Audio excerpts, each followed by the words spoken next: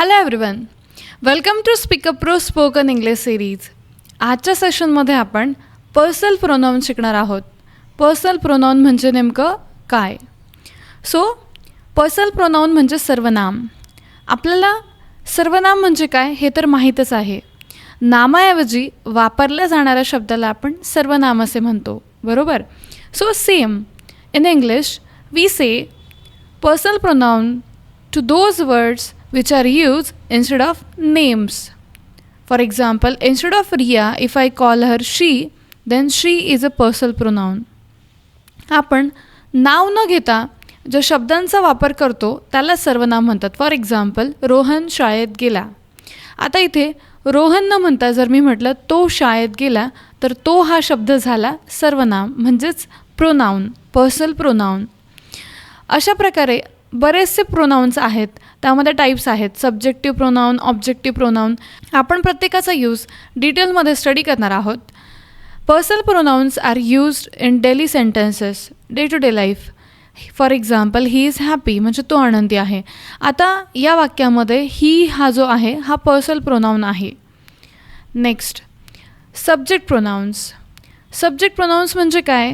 तर कर्ता म्हणून जेव्हा सर्वनामाचा वापर केला जातो, कर्ता म्हणून जेव्हा सर्वनामाचा वापर केला जातो त्यालाच आपण सब्जेक्ट प्रोनाऊन असे म्हणत असतो.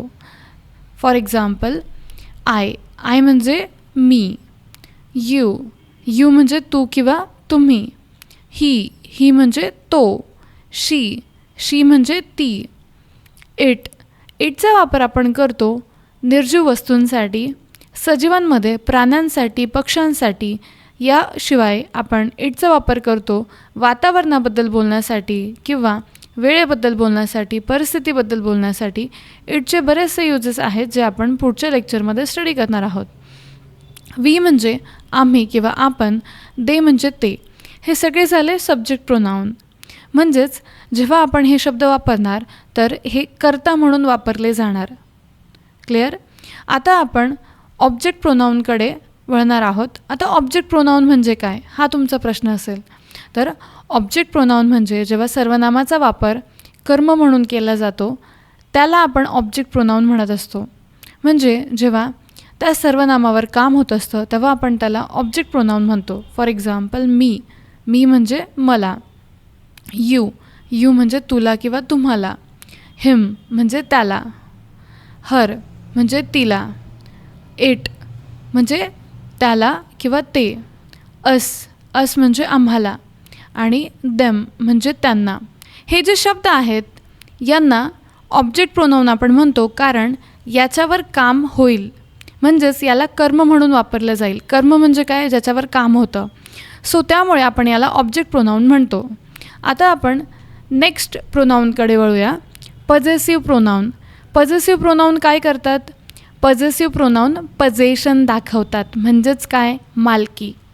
पजेसिव्ह प्रोनाऊन पजेशन दाखवतात. पजेशन म्हणजे मालकी. फॉर एक्झाम्पल, माय म्हणजे माझे किंवा माझी, माझा. देन युअर म्हणजे तुझा, तुमचा किंवा तुझे. नेक्स्ट इज हीज म्हणजे त्याचा, त्याचे, बरोबर? हर म्हणजे काय? तिचा, तिचे. देन आर म्हणजे काय? आमचे, आमचा. नेक्स्ट इज देअर म्हणजे काय? देअर म्हणजे त्यांचा, त्यांचे.